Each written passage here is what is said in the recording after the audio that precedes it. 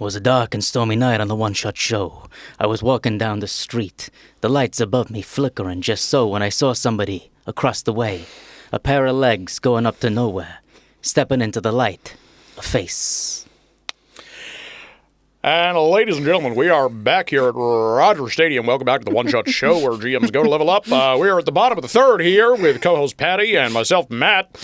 And we're talking about genre, specifically a concept that I like to call this room is a different genre. And I was initially so thrown when you threw this statement my way. I went, what could he possibly mean? As I read it in the docket, what could you mean by that? But then you gave me a beautiful allegory to help me understand it, which was the form of like the Bollywood The format of Bollywood. This is a big place where I kind of took this lesson from. One of the reasons I put this topic in as well is we so often talk about cohesive tone, things like that, tools you can use to generate cohesive tone. A lot of the advice we give often works backwards from the inherent conceit that you are trying to create some kind of consistency, but that is inherently not the only way of doing things. However, if you're going to do it the other way, do it right.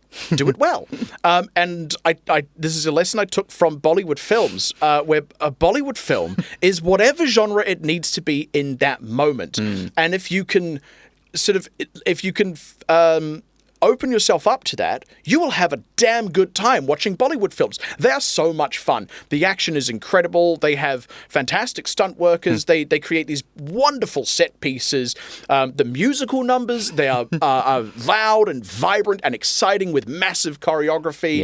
The dramatic sequences, they often lean into melodrama. But if you just let yourself buy into the premise, you will find yourself gripped by that scene. Even though the scene before was a musical number and the scene after is a crazy big action sequence. This room is a different genre. I got caught up when, I can't remember how many years ago it was, but I went to go see that at the cinema, and it was the first piece of like true Bollywood cinema that I'd seen. And that film starts as like a true story of the political history of India and of colonization. About two people who never met and lived in different times entirely. But it starts out, I would say the first scene, you would think that it was a traditional like Hollywood narrative of a true story.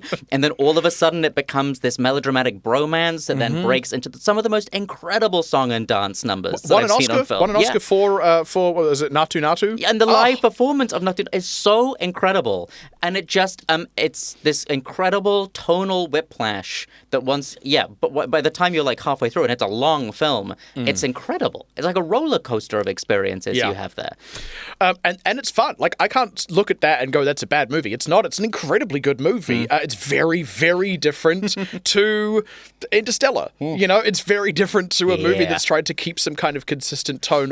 Nolan is a great example of the truly consistent tone, sometimes to the detriment of his ultimate canon. Yeah, and look, some films, some stories have an intentional tonal shift partway through. I can think of films like Prisoners. I can think of films like Cabin in the Woods. When we talk about, in the special episode Kishore Tenketsu, we talk about that, how like there are storytelling forms that go like, and now you could radically change the genre and have that experience for your audience to bring back. But when we sit down at the table to play D&D, if we open ourselves up to the idea that this room is a different genre, every time we are in a different scene, a different location, we are whatever genre we need to be for that to hit its apex of enjoyment, then we can open ourselves up to a different style of play. I want to kind of bring us back to something we talked about in the 3 layers of storytelling way back, which was that, the GM...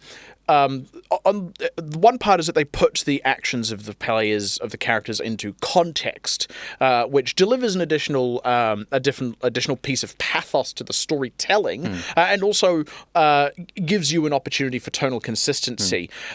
If we let go of that second part of it, though, the idea that we're always going to bring it back to more or less the same tone over and over, we open ourselves up to something new. The other thing I talked about in that episode was the idea of editorializing, where if we have above-table jokes, or maybe somebody says an in-character quip, they say something bawdy to the barmaid that ought to get them slapped.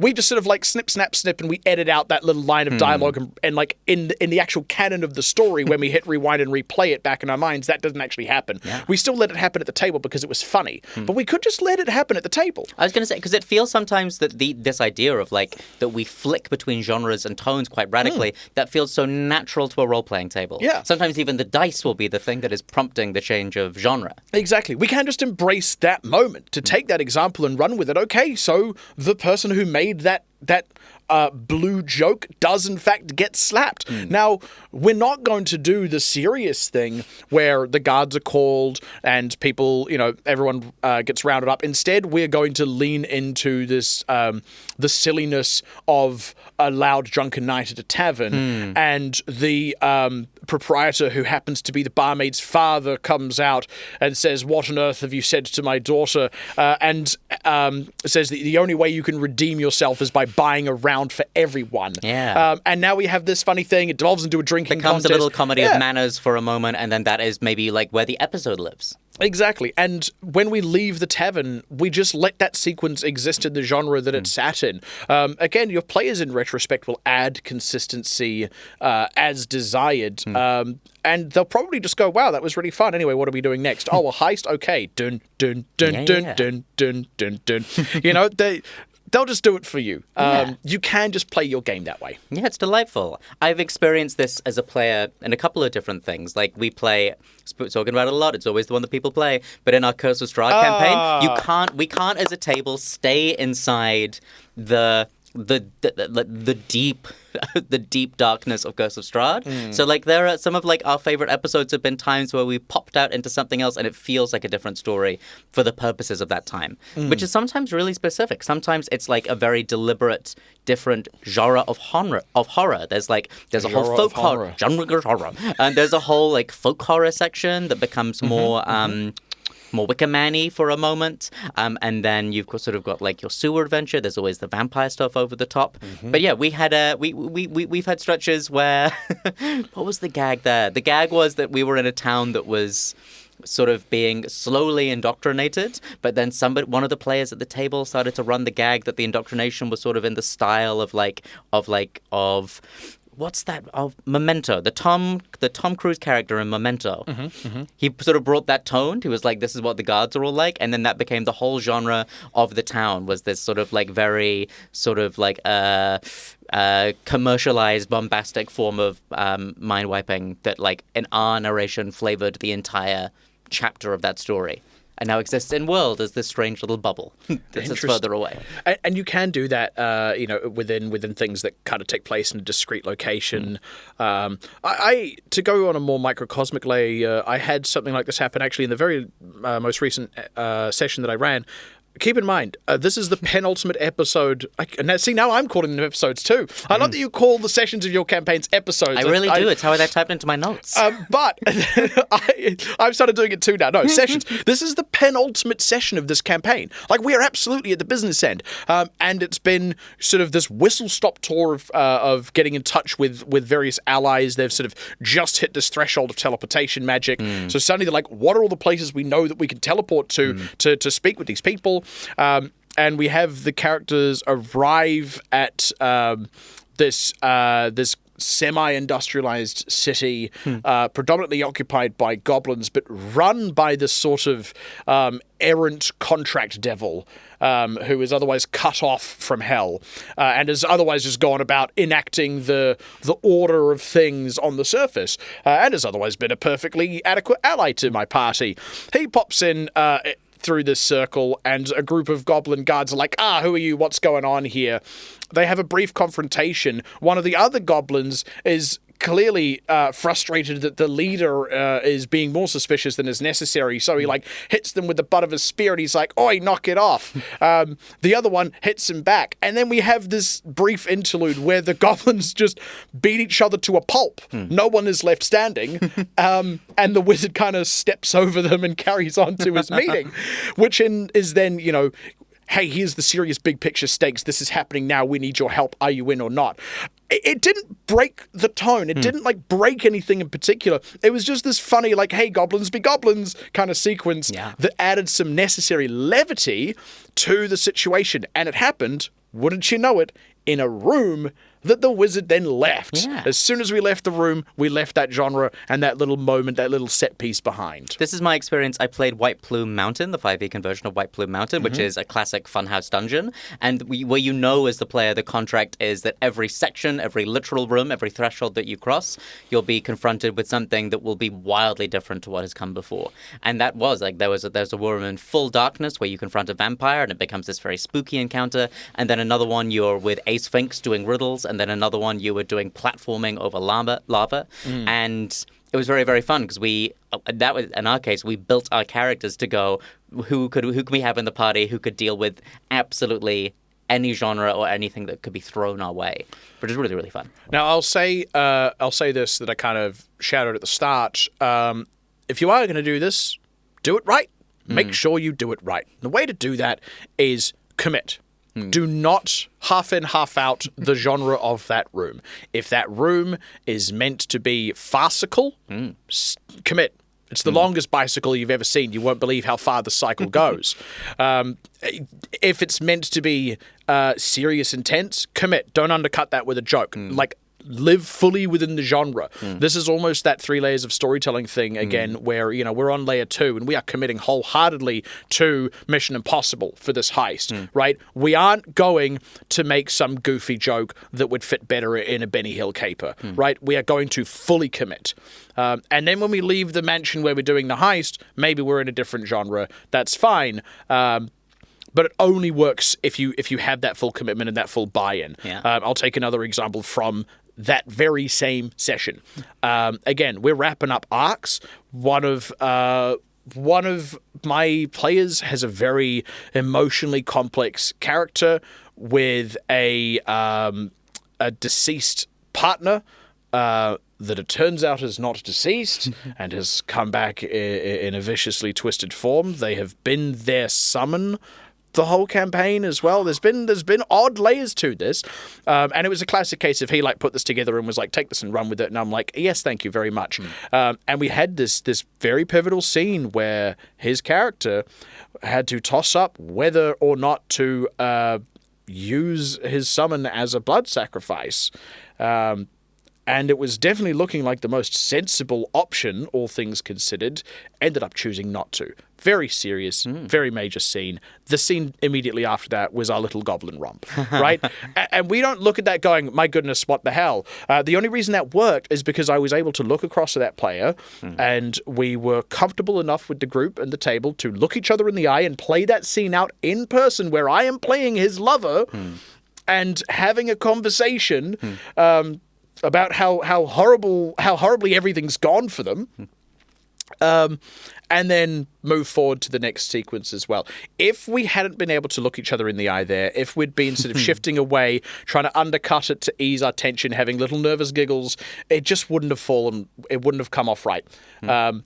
And actually, it just comes back to the same thing we so often talk about on the show, which is that relationship of trust between the GM and the player, the vulnerability in the room, and the ability to live within that. Yeah, and when you talk about 3 layers of storytelling, like when a new genre is sort of like emerging, or like it can kind of tell like we're going dark or we're going goofy, or there is this feeling of like a new like type of threat, be it like sort of cosmic horror or something else is in the air, that third layer is where the GM gets to expound upon the thing. That's where you confirm what's happening in the room. And then everybody can go like, we now understand this is the field that we're playing in. And that's your clarifier as a GM. It's also where we homogenize the narrative.